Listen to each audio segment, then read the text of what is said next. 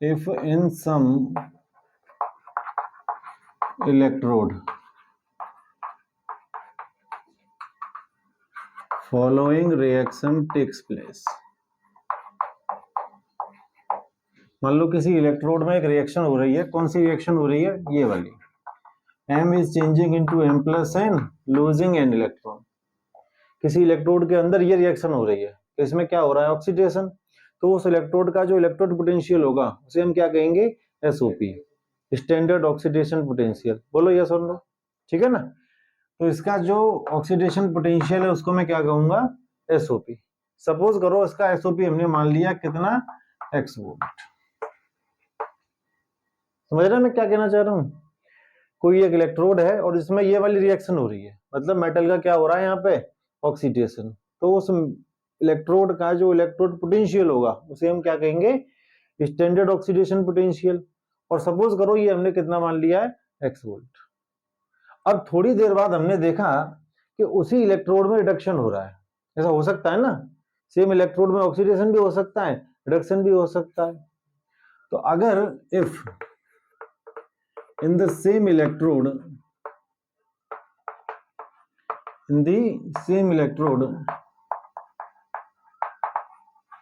following reaction occurs, उसी electrode में मान लो क्या रिएक्शन होने लगी, m plus n gaining n electron और चेंजिंग इनटू m।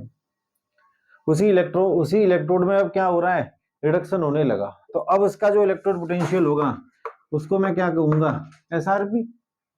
क्यों भाई, तो उस इलेक्ट्रोड का इलेक्ट्रोड पोटेंशियल जिसमें ऑक्सीडेशन चल रहा है उसको तो एसओपी कहते हैं, वो मान लिया हमने एक्स वोल्ट। अब अगर उसी इलेक्ट्रोड में रिडक्शन होने लग जाए तो उसके इलेक्ट्रोड पोटेंशियल को हम क्या नाम देंगे, एसआरपी। तो ये एसआरपी कितना होगा, तो याद रखना कि अगर किसी इलेक्ट्रोड का इलेक्ट्रोड पोटेंशियल, अगर किसी इलेक्ट्रोड का एसओपी एक्स वोल्ट है तो उसी इलेक्ट्रोड का SOP SRP minus x volt होता है। समझना चाह रहे हैं मैं, समझ पा रहे हैं मैं क्या कह रहा हूं। एक बार और समझ लीजिए, अगर किसी इलेक्ट्रोड में ये वाली रिएक्शन हो रही है, मतलब ऑक्सीडेशन हो रहा है, तो उसके इलेक्ट्रोड पोटेंशियल को हम क्या कहेंगे, एसओपी। सपोज करो एसओपी हमने कितना मान लिया, एक्स वोल्ट। अब अगर उसी इलेक्ट्रोड में ये रिएक्शन होने लग जाए, मतलब पहले ऑक्सीडेशन हो रहा था अब रिडक्शन होने लग जाए, तो उसके इलेक्ट्रोड पोटेंशियल को हम क्या कहेंगे, अब एसआरपी। तो अगर एसओपी एक्स वोल्ट था तो एसआरपी कितना होगा, माइनस एक्स वोल्ट। इसका मतलब ये हुआ कि एसआरपी किसके बराबर हो गया, एसआरपी माइनस एसओपी के बराबर। तो ये आप समझ लो, अगर हमें एसओपी मालूम है और एसआरपी बताना है तो सिर्फ क्या करना है, माइनस लगा देना है। या मैं इसको ऐसे लिख सकता हूं, SOP is equal to minus SRP. ठीक है, नहीं समझ पा रहे। और अगर इसमें भी दिक्कत है तो सिंपल समझ लो कि हमारे पास एक इलेक्ट्रोड है जिसका एसओपी मान लो 2 वोल्ट है, तो उसका एसआरपी कितना होगा, माइनस 2 वोल्ट। अगर हमारे पास एक इलेक्ट्रोड है जिसका एसआरपी 0.5 वोल्ट है, एसआरपी, तो एसओपी कितना होगा, माइनस 0.5 वोल्ट। बस माइनस लगा देना है। अगर एसओपी पता है और एसआरपी पता करना है तो, या एसआरपी पता है और एसओपी पता करना है तो। नहीं समझ पा रहे। अगर हमारे पास एक इलेक्ट्रोड है जिसका इलेक्ट्रोड पोटेंशियल माइनस 0.3 है, सपोज करो उसका एसओपी कितना है, माइनस 0.3, तो एसआरपी कितना होगा, अब माइनस लगा दो आगे तो क्या हो जाएगा, प्लस 0.3। नहीं समझ पा रहे। अगर किसी इलेक्ट्रोड का इलेक्ट्रोड पोटेंशियल है, मान लो एसआरपी है उसका माइनस 0.30 वोल्ट। अब अगर हमसे कोई पूछे कि इसका एसओपी क्या होगा, तो बस माइनस लगाना है मुझे आगे, तो कितना हो जाएगा, प्लस का 0.30 वोल्ट। तो एसओपी अगर पता है तो एसआरपी पता कर सकते हैं माइनस आगे लगा के, और एसआरपी पता है तो एसओपी पता कर सकते हैं। ठीक है, बस यही बात मैंने आपको यहाँ समझाई है, नोट करो इसको यहाँ तक। देखो हमने आपको बता दिया कि each electrode has some value of electrode potential. हर एक इलेक्ट्रोड का अपना एक इलेक्ट्रोड पोटेंशियल है, चाहे 2 वोल्ट हो, 3 वोल्ट हो, 0.2 वोल्ट हो, कुछ ना कुछ होगा जरूर। अब क्वेश्चन ये है कि how can we measure electrode potential of an electrode. तो हम सीख रहे हैं कि किसी भी इलेक्ट्रोड का इलेक्ट्रोड पोटेंशियल हम कैसे मेजर कर सकते हैं। ठीक है, तो आप लिखें measurement of electrode potential, measurement of electrode potential.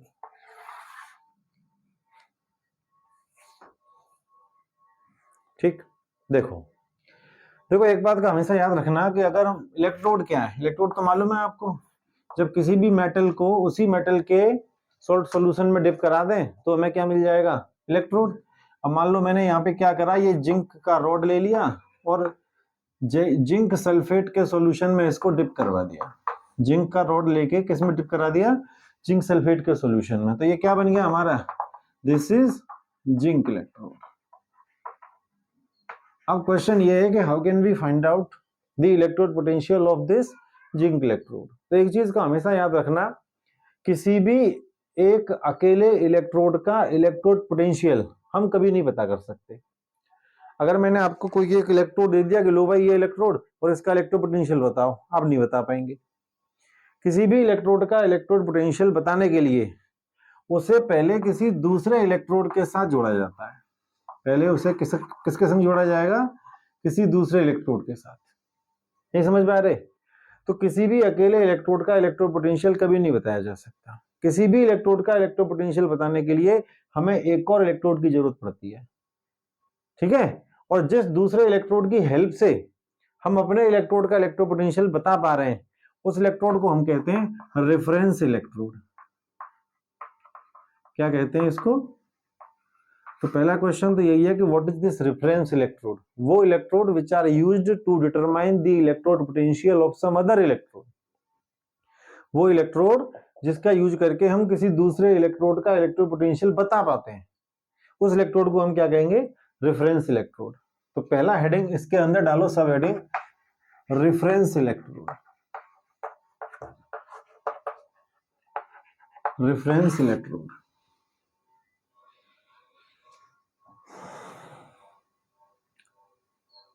तो रेफरेंस इलेक्ट्रोड क्लियर है? वो इलेक्ट्रोड जिसकी मदद से किसी दूसरे इलेक्ट्रोड का इलेक्ट्रोड पोटेंशियल हम बता पाते हैं, है ना, उसे हम क्या कहेंगे, रेफरेंस इलेक्ट्रोड। तो लिखें जरा इसमें, those electrodes which are used to determine the electrode potential, which are used to determine the electrode potential of some other electrode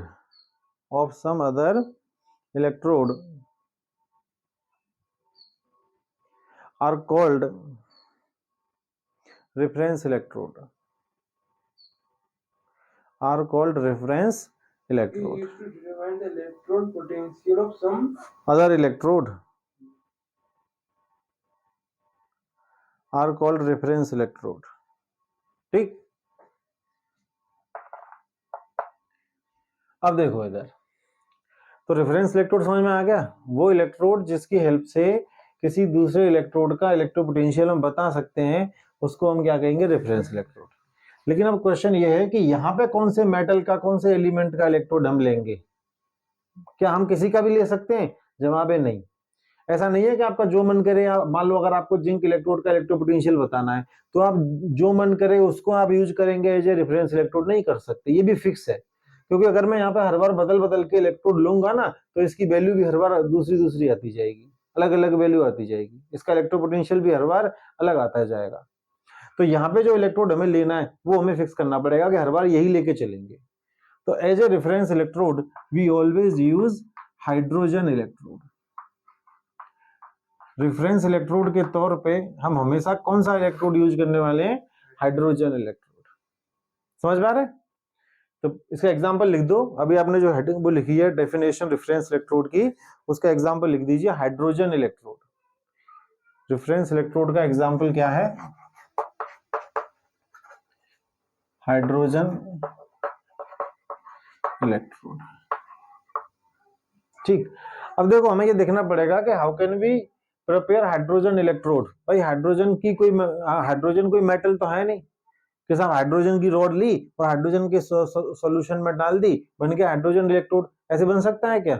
नहीं भाई। At room temperature hydrogen exist in gaseous form, तो इसकी तरह तो हम बना नहीं पाएंगे, जैसे जिंक की रॉड जिंक सल्फेट में डाल दी, बन गया जिंक इलेक्ट्रोड, कॉपर की कॉपर सल्फेट में डाल दी, बन जाता है कॉपर इलेक्ट्रोड, निकल की रॉड निकल नाइट्रेट में डाल दी, बन गया निकल इलेक्ट्रोड। तो वैसे हाइड्रोजन का इलेक्ट्रोड तो बनेगा नहीं, क्योंकि hydrogen is in gaseous form.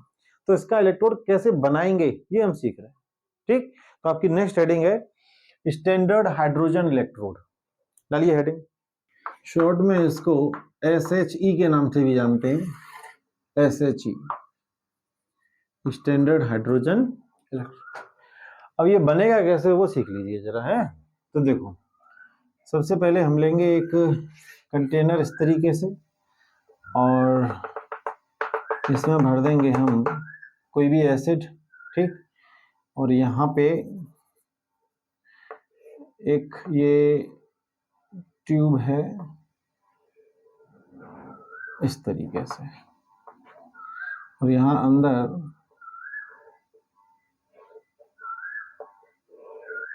Platinum का रॉड, और इस पे कनेक्टेड है प्लेटिनम का wire. This is what, platinum rod. तो सबसे पहले हमें क्या करना है, यहाँ पे एक आप सॉल्यूशन ले लो जिसमें H पॉजिटिव होते हो, जैसे मान लो HCl ले लिया हमने, क्या ले लिया इधर, HCl। अब HCl आपको क्या देगा, H पॉजिटिव भी देगा, Cl नेगेटिव भी देगा, ठीक। और जो H पॉजिटिव है उसकी कॉन्सेंट्रेशन आपको कितनी रखनी है, 1 मोलर, 1 m, ठीक।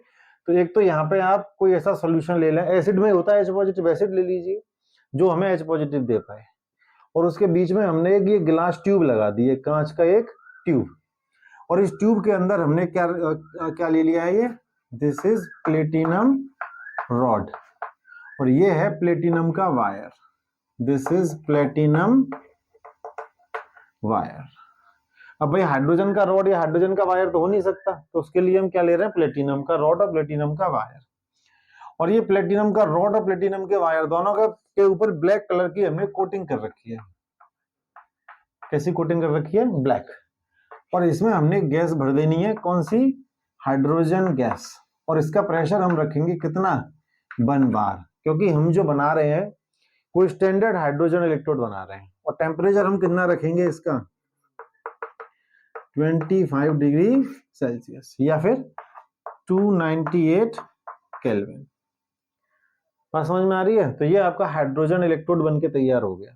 कैसे बनाया और एक बार समझ लो, यहाँ पे कोई एसिड ले लिया है जिसमें H पॉजिटिव हो, ठीक है। यहाँ पे कोई ऐसा सॉल्यूशन जिसमें H पॉजिटिव का कंसंट्रेशन कितना हो, 1 मोलर, और उसमें एक ये ग्लास ट्यूब डाल दिया, ग्लास ट्यूब के अंदर प्लेटिनम का रॉड है, उसी के ऊपर प्लेटिनम का वायर लगा दिया, दोनों पे ब्लैक कलर का कोटिंग कर दिया, और इस ट्यूब के अंदर हाइड्रोजन गैस भर दी है जिसका प्रेशर कितना है, 1 बार। तो ये पूरा आपका हाइड्रोजन इलेक्ट्रोड बनके तैयार हो गया। अब इलेक्ट्रोड का मैंने आपको एक डेफिनेशन बताया था एक तो ये बताया था कि when a metal rod is dipped into its salt solution, है ना, इट फॉर्म इलेक्ट्रोड। और एक ये भी बताया था कि when same element with 2 different oxidation state are joined together then it form electrode। याद है, ये भी बताया था कि जब सेम एलिमेंट को 2 अलग अलग ऑक्सीडेशन स्टेट के संग आपस में कनेक्ट कर दें तो वो क्या बनाएगा, इलेक्ट्रोड। अब आप ऐसे समझिए कि यहाँ पे जो हाइड्रोजन है उस पर चार्ज कितना है, भाई यहाँ पे जो हाइड्रोजन है उस पर चार्ज है +1, तो इसकी ऑक्सीडेशन स्टेट कितनी हो गई, +1। और यहाँ जो गैस भरी हुई है अंदर जो गैस भरी हुई है ट्यूब के अंदर, उसका फॉर्मूला क्या है, H2। तो H2 में H का ऑक्सीडेशन स्टेट कितना है, 0। यहाँ हाइड्रोजन का ऑक्सीडेशन स्टेट 0 और यहाँ +1।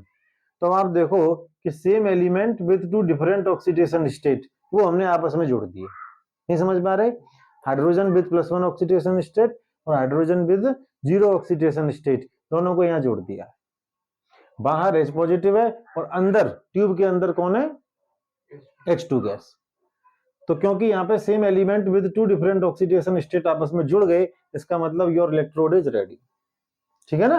तो सेकंड वाला डेफिनेशन हमारा यहाँ पे काम कर रहा है। तो कुल मिला के this is your hydrogen electrode. अब जब भी आपको किसी भी इलेक्ट्रोड का इलेक्ट्रोड पोटेंशियल बताना हो तो सबसे पहले आप क्या करेंगे, इसको जोड़ेंगे उसके साथ जिसका भी इलेक्ट्रोड पोटेंशियल आपको बताना है, और फिर आगे हम कैसे करते हैं वो मैं आपको आगे बताता हूँ। वो भी फिलहाल ये समझ में आ गया है कि किसी भी इलेक्ट्रोड का इलेक्ट्रोपोटेंशियल बताने के लिए हमें उसे किसके संग कनेक्ट करना पड़ेगा, स्टैंडर्ड हाइड्रोजन इलेक्ट्रोड के साथ, और यही है हमारा रेफरेंस इलेक्ट्रोड। ठीक, अब एक बात सुनो, जब हम इसे किसी दूसरे इलेक्ट्रोड के संग जोड़ देंगे तो हो सकता है ये कैथोड की तरह काम करे और ये हो सकता है एनोड की तरह भी काम करे। इस पे कभी ऑक्सीडेशन भी हो जाता है, कभी इस पे रिडक्शन भी हो जाता है। तो मैंने आपको एक दिन बताया था कि जब हम दो एलिमेंट के अलग अलग इलेक्ट्रोड्स बनाएं और दोनों को आपस में जोड़ दें तो जो एलिमेंट ज्यादा रिएक्टिव है वो इलेक्ट्रॉन हमेशा देता है और उस पर क्या होता है, ऑक्सीडेशन, और it always act as anode.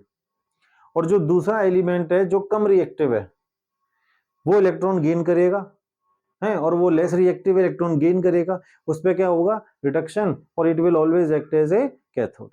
याद है हमें डेनियल सेल में भी तो पढ़ा है, जिंक इलेक्ट्रोड और कॉपर इलेक्ट्रोड से मिलकर डेनियल सेल बना था, तो जिंक ज्यादा रिएक्टिव था इसलिए वहां पे ऑक्सीडेशन हुआ, वो एनोड की तरह काम कर रहा था।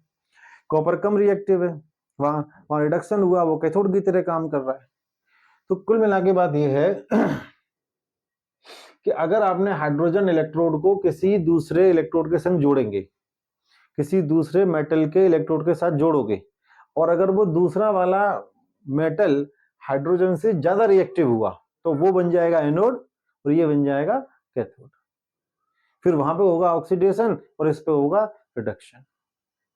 और अगर आपने हाइड्रोजन इलेक्ट्रोड को किसी ऐसे मेटल इलेक्ट्रोड के संग जोड़ा जो हाइड्रोजन से कम रिएक्टिव है, समझ रहे हैं, तो फिर वहां पे होगा रिडक्शन, वो बन जाएगा कैथोड और ये बन जाएगा anode.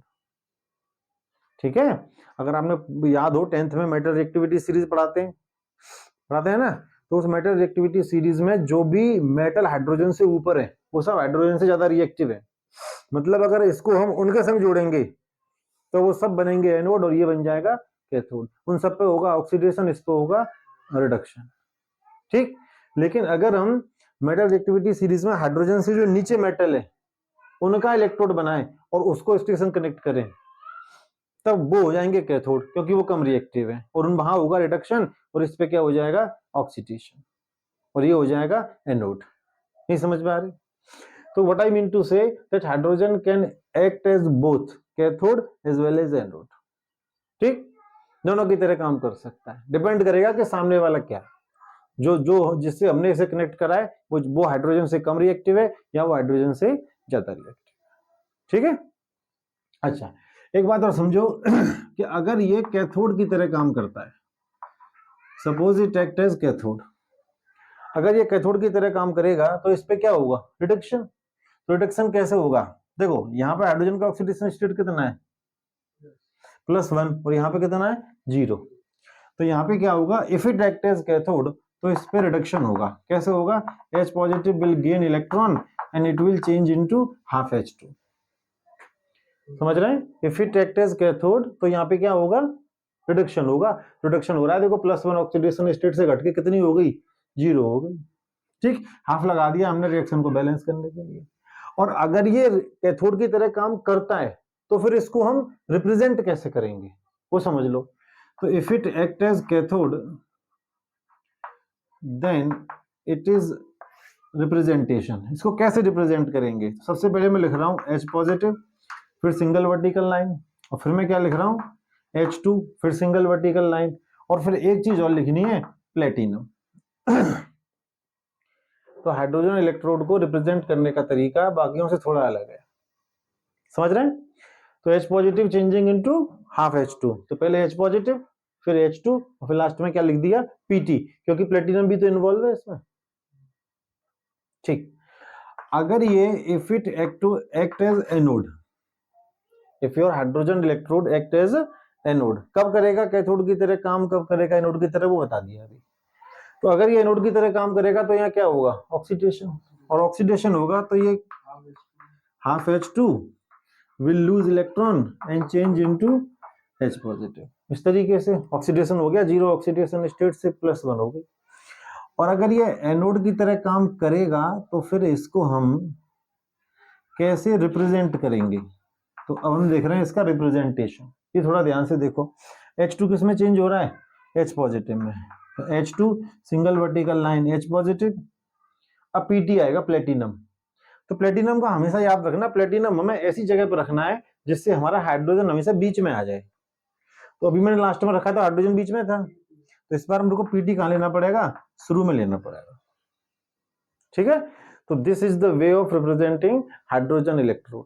If your hydrogen electrode act as cathode तो ये रिएक्शन होगी, ऐसे रिप्रेजेंट करेंगे। If it act as anode तो ये रिएक्शन होगी, ऐसे रिप्रेजेंट करेंगे। ठीक है, तो ये बात हो गई। कोई दिक्कत हो तो बताओ। एक चीज और मैं बता देता हूं कि इसको हमने ब्लैक क्यों पेंट करा है, रॉड को या वायर को। तो ऐसा होता है, ब्लैक कलर जो है, black platinum attract hydrogen gas much more, है ना। तो हाइड्रोजन गैस जो आ रही है उसको वो अपनी तरफ ज्यादा अट्रैक्ट करता है, ज्यादा एब्जॉर्ब करता है, और just because of that we have painted black. ठीक है, इन दोनों को हमने ब्लैक पेंट करा है। ठीक, तो आप एक काम करिए, ये बनाओ, ये नोट करो, उसके बाद मैं आपको कुछ लिखवाता हूं इसके बारे में, फिर आगे बढ़ेंगे। इसके नीचे थोड़ा सा लिख लेते हैं इसके बारे में। लिखो, this consist of platinum rod, this consists of platinum rod and wire, है ना, रॉड भी है वायर भी है। Platinum rod and wire coated black, coated black, थोड़ा फास्ट लिखो, coated black, because black platinum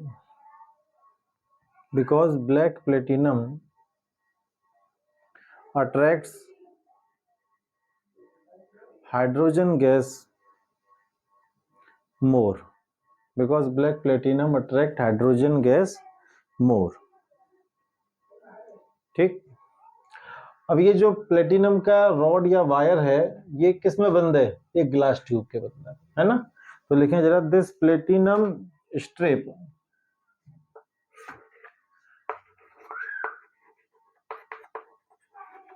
is surrounded by a glass tube, this platinum strip is surrounded by a glass tube which is filled up with glass tube। अच्छा एक काम करो, glass tube लिखा, उसमें लिखें glass tube dipped in, this is filled up with glass, एक second, क्या लिखा, attract hydrogen gas more, this platinum strip is surrounded by glass tube and dipped into an acid, glass tube and dipped into an acid which has 1 molar H positive concentration, which has 1 molar H positive concentration।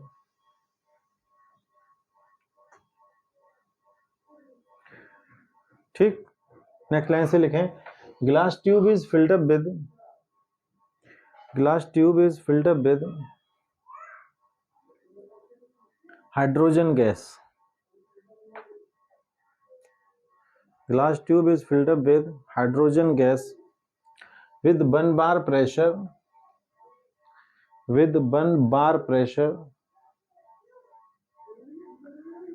1 bar pressure at 25 degree Celsius temperature, at 25 degree Celsius temperature। ठीक है sir. अच्छा देखो, एक question है कि किसी भी electrode का इलेक्ट्रोड पोटेंशियल पता करने के लिए हम क्या करेंगे, इसको कनेक्ट करेंगे उसके साथ और उस दूसरे इलेक्ट्रोड का इलेक्ट्रो पोटेंशियल आ जाएगा।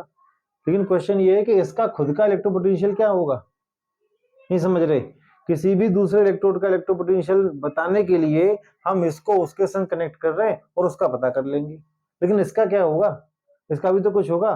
तो इसका इलेक्ट्रो पोटेंशियल को मान लिया गया है, कितना मान लिया गया है, 0.00 वोल्ट, 0 वोल्ट ही है, बस इसी तरीके से मेंशन कर देते हैं। तो हाइड्रोजन इलेक्ट्रोड का खुद का इलेक्ट्रो पोटेंशियल कितना है, 0 वोल्ट। कौन से का, स्टैंडर्ड हाइड्रोजन इलेक्ट्रोड का। नहीं समझ में आ रहे, तो ये मान लिया गया है। तो लिखें नेक्स्ट लाइन से, the electrode potential of hydrogen electrode is considered as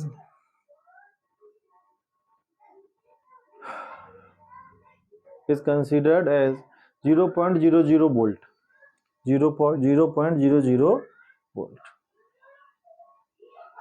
ठीक, अच्छा एक और बात है, देखो क्योंकि इस हाइड्रोजन गैस, हाइड्रोजन इलेक्ट्रोड को जब हम बनाएंगे तो इसमें हाइड्रोजन गैस का भी इन्वॉल्वमेंट है, तो it is not easy to prepare hydrogen electrode. क्योंकि इसमें गैस का भी इन्वॉल्वमेंट है। अब गैस को आपको हैंडल करना है थोड़ा तो मुश्किल होगा, तो कई बार लोग क्या करते हैं, in place of hydrogen electrode they start using some other electrodes, है ना, एज ए रेफरेंस इलेक्ट्रोड, और उन इलेक्ट्रोड को फिर हम कहेंगे secondary reference electrode. Most of the time तो हमारा रेफरेंस इलेक्ट्रोड क्या होगा, हाइड्रोजन इलेक्ट्रोड, लेकिन कई बार लोग इसकी जगह पे दूसरे इलेक्ट्रोड का भी यूज कर लेते हैं और उन्हें हम क्या कहते हैं, सेकेंडरी रेफरेंस इलेक्ट्रोड। ठीक, तो लिखें नेक्स्ट लाइन से, since it is difficult to prepare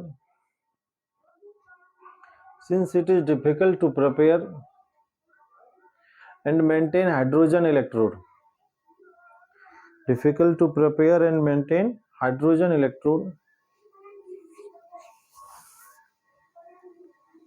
so it is sometimes replaced by other electrodes, other reference electrodes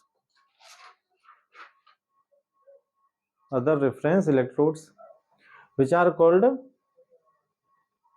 secondary reference electrode.